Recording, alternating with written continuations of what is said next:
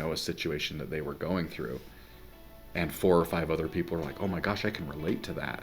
There's kind of an alleviation of symptoms just knowing you're not alone, because that's kind of the downside of depression and anxiety is you feel so isolated, you feel weird, you feel crazy.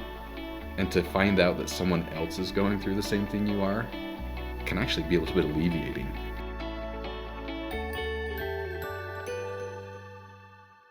Hello everybody, thank you for joining us for another video.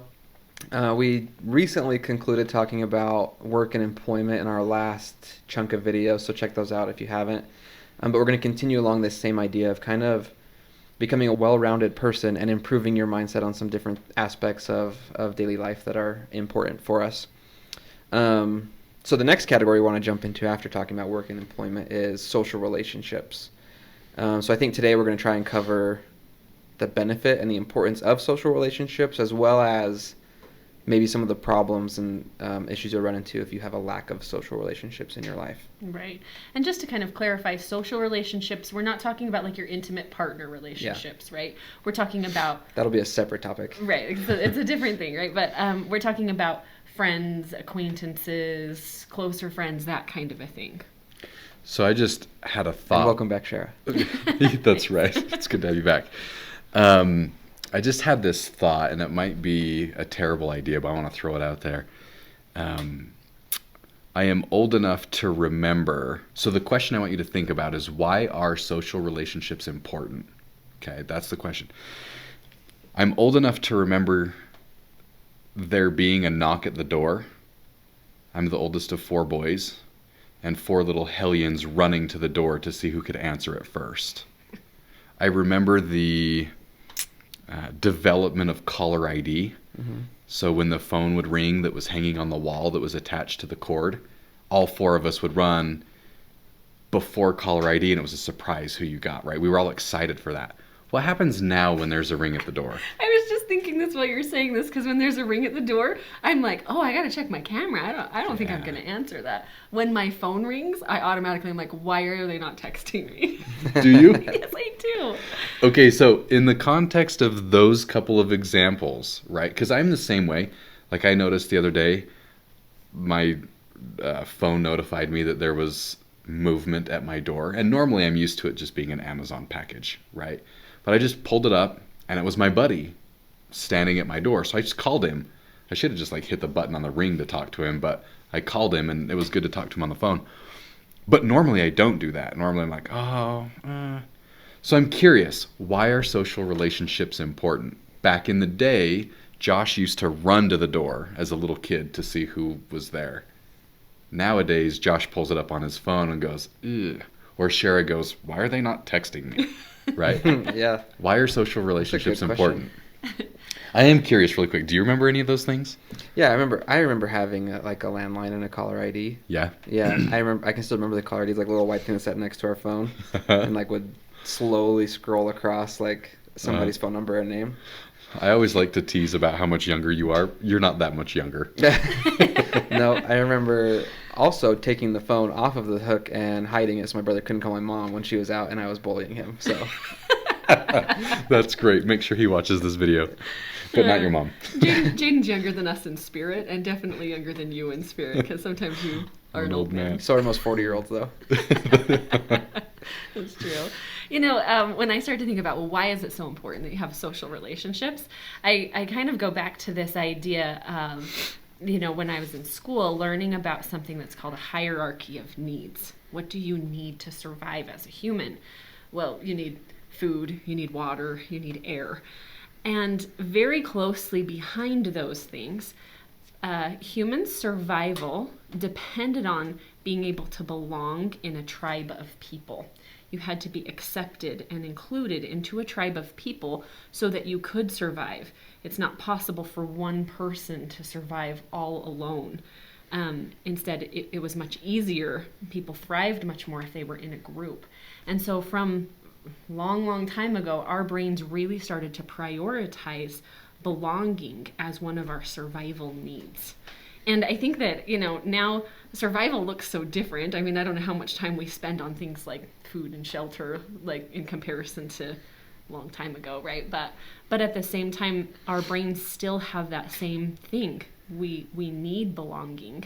Now, whether we want belonging and what that looks like that's totally different. But it still is a priority for our brains. Mm-hmm. Do you think that part of the I don't want to answer the door, I don't want to answer this phone call kind of behavior comes from like that approaching instead of avoiding anxiety mentality, where we eventually like avoid answering the door so many times or ignore so many phone calls that they become like kind of scary to do? I think so. Yeah. And I think, like, I don't know, as more of an introverted person, it takes a lot of energy for me to, like, go out and actually make a connection with somebody. But I also think that our world today has changed so much as to the quality of connection that we have with other people. You know, we get some of these basic connection needs maybe through text messages or whatever, but it's not very good quality connection, right? So I think that's kind of like two separate things. Do we need connection? Do we need belonging in social relationships? The answer is yes. Today, how many million options are there for how to get that? There's a lot, but there's a lot when it comes to different quality connection opportunities. So why is it important for our mental health then? Like, why are connections that are not familial and that are not romantic, why are just straight social connections important to mental health? I like what you said, and I think it's true, and I think we all say that on a theoretical level, but I don't know that we do it very well. Right. Anybody want to share an experience about social connections that they have?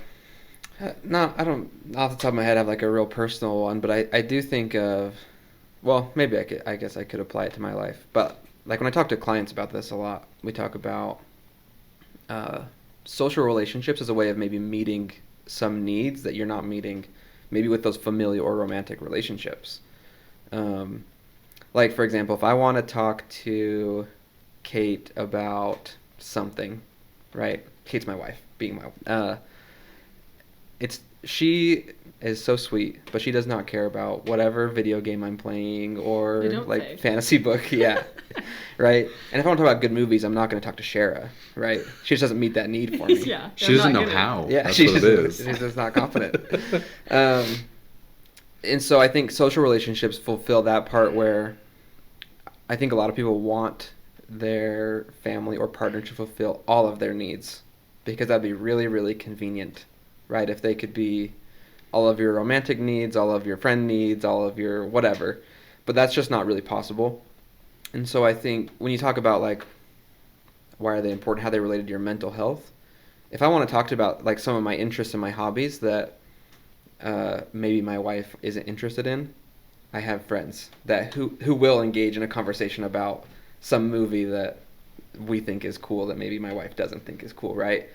And it doesn't degrade the relationship with my wife, right? She fulfills different needs for me, but no one person will fulfill all of your needs, right? And if you have no social interaction, you're gonna have a lot of unfulfilled needs in general. Does that make sense? Yeah, absolutely. Okay, so I was thinking about this, and I'm curious how you guys would feel in this situation. I've mentioned before to you guys, and maybe you're not on filming, I don't know. There's a group of us that are friends from the gym in the morning. And one of the guys had a birthday, gosh, I don't know, it was probably a month and a half ago. And so his wife, who is also one of our friends from the gym, tried to set up this surprise birthday party dinner for him. And so my wife and I decided we would go, right? Like, okay, let's go out to dinner. And I know that she had invited several people. Well, she tried to keep it on the down low. Of course, he figured it out. But we got there, and it was surprising to see every single invite that they had made was at dinner that night. And a lot went into doing that on just going, right? Like I needed to find a babysitter, had to travel out there. I was stressed in getting back home on time to put him to sleep, blah, blah, blah. I had so much stinking fun sitting down with a group of people that I normally see just at the gym, and we're just stuck at a table talking about all of the crazy stories about each other. And I went home that night. I wish I would have had a six-pack from laughing, but I didn't. My stomach just hurt from laughing. We know you have a six-pack. But I don't have a six-pack.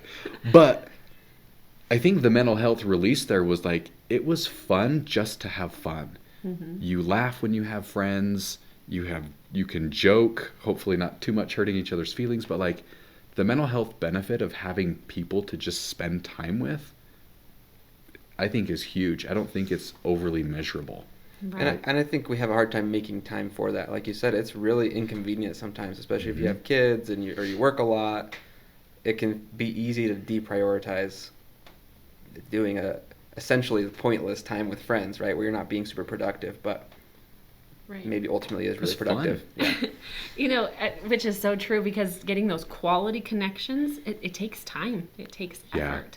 But one of the things that I think has helped me a bit to prioritize this a little more is learning a little more about how being active socially actually improves the quality of the safety in your brain. So let me say that a little differently, right? So what actually happens is that when you're in a conversation connecting with somebody, it signals to your brain that you're safe. If you can, get that connection in a way that feels good to both of you, it signals to your brain you're safe. Your nervous system actually starts to calm down.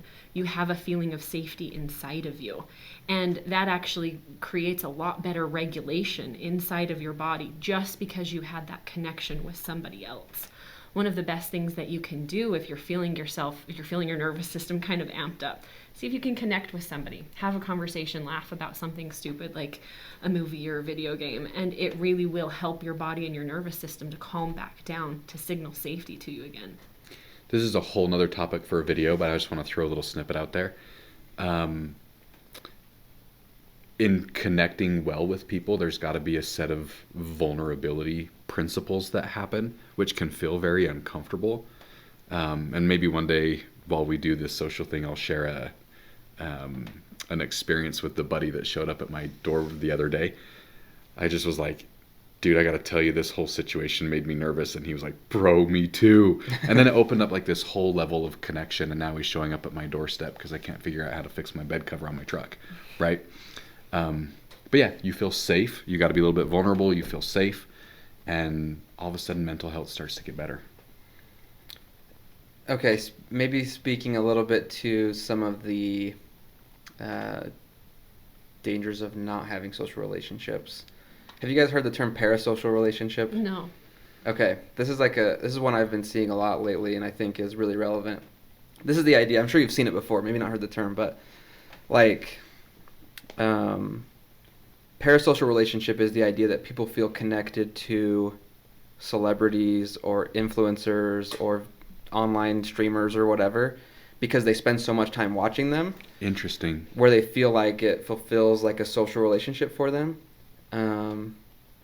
But it can't because it's a one-way relationship. Does that make sense? Yes. Mm-hmm. And I think that is something that has been really harmful to people's social relationships because they almost get like this pseudo relationship feeling that they're getting from spending who knows how many hours a week looking at someone's page or videos or watching their Twitch stream or whatever, but you don't get anything in return out of that, and that's the slippery slope of those parasocial relationships. Have you guys seen things like that before? Yeah, I have. And actually, it's interesting.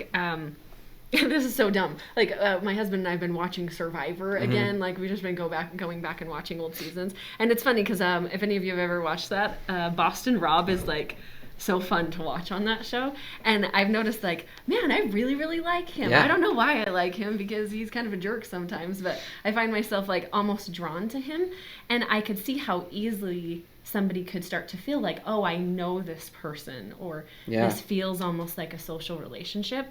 But again, when we talk about like quality connection with other people, me watching Boston Rob manipulate people on Survivor does nothing to calm down my nervous system or to make me feel safe or to fulfill my social needs. It doesn't do any of that. Right. And if it gets to the point where you're like, this person is my friend, and you send them a message on Instagram and they don't reply, it's going to hurt your feelings.